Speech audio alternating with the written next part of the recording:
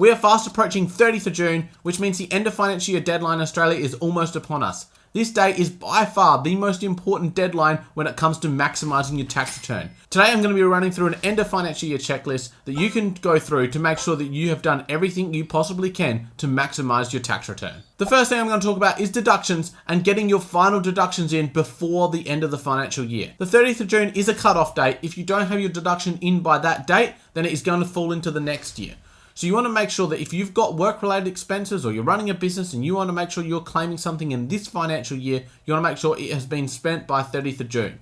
Now, for most people, it's going to go off the date that you spend the money. So you want to make sure that your money has been spent on that deduction by 30th of June. Now, this is good for anything under $300 because you can get that instant write-off in that year. So for instance, if you go out and buy $100 worth of tools, you're about to claim all of them in this current financial year. If they're 100% for work-related purposes, then the extra tax benefit will be whatever your marginal tax rate is. Now, something to keep in mind is that once these things go over $300, they have to be depreciated over a number of years. And there's an effective life that every asset has. I'll show you this really cool tool called depreciation rates where you can see all of these different rates. You can type in what you're getting. Say you're getting a new laptop.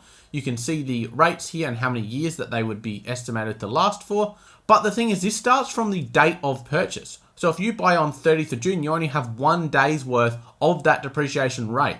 So if you're buying an asset such as a laptop for work purposes, there might not be as much need to rush out before 30th of June because the claim is going to be very small in this first financial year. The second thing is organising your receipts. If you have not started looking for your receipts, go and do that now. Make sure you've got all your receipts collated in one spot so that when it comes to doing your tax return, you're not scrambling around trying to find things. Now, this method could be as simple as having them all in a shoebox. Maybe you've got a folder at home, or maybe you're a little bit more tech savvy and you've looked for a digital solution, such as storing them in Google Drive or Dropbox, or even the ATO app have the ability for you to store deductions directly in there and attach the receipt.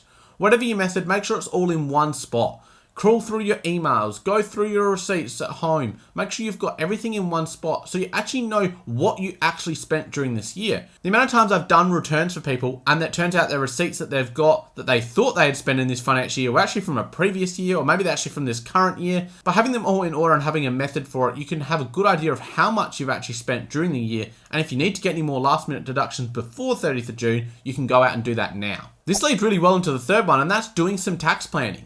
Have an idea of what your estimated taxable income will be, what deductions you've got, and where that leaves you sitting. This will allow you to plan for if you're going to get a refund or if you're going to have a payment amount. At least you have some kind of idea. It may not be perfect, but you better have some idea than no idea at all. There's nothing worse going into getting your tax return done thinking you're going to get thousands of dollars back and coming out with a bill. No one really wants that situation, but by doing some forward planning, you can be at least where that situation could arise. So it's just as simple as going through, working out what your estimated taxable income, have a look at your last pay slip, see how much more you're going to earn. If you've got any investment income or business income, make sure you factor that in. Then going through, looking at those deductions that you've organised in step 2 and having a bit of idea of where's my final taxable income going to fall. You can then go over to a site like Pay Calculator here, put in your estimated annual income, and then it will give you a rough idea. Now, do make sure you fill out if you've got a spouse or any dependent children, because some of these factors will affect your final taxable payable, but this will give you a good rough estimate of where you might fall overall for the year. Now, before I get into the fourth one of the best ways to maximize your tax return is to watch the videos on my channel.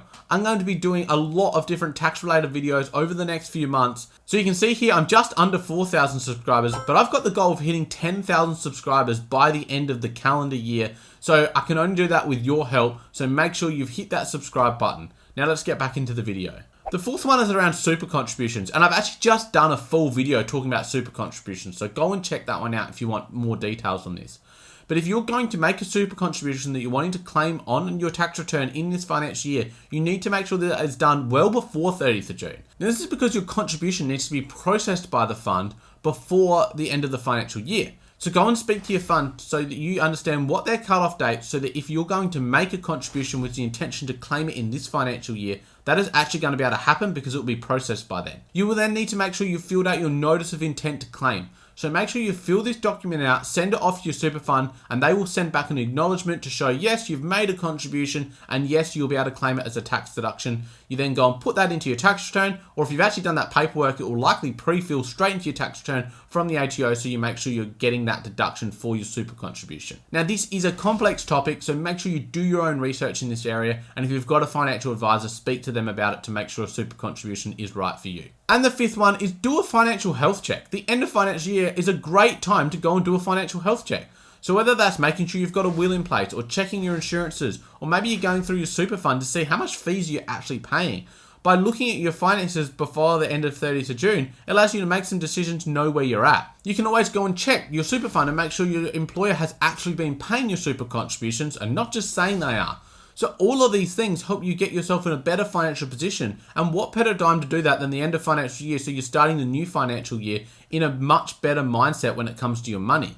You know where things are at, you know that you've got the best deal possible on things, and you've got a plan going ahead. If you want to know more about the concept of tax refunds, this upcoming video I've got, I actually dive into this topic and talk about a bit of a controversial one about why maybe getting a giant tax refund might not be best for you. I hope to see you over there.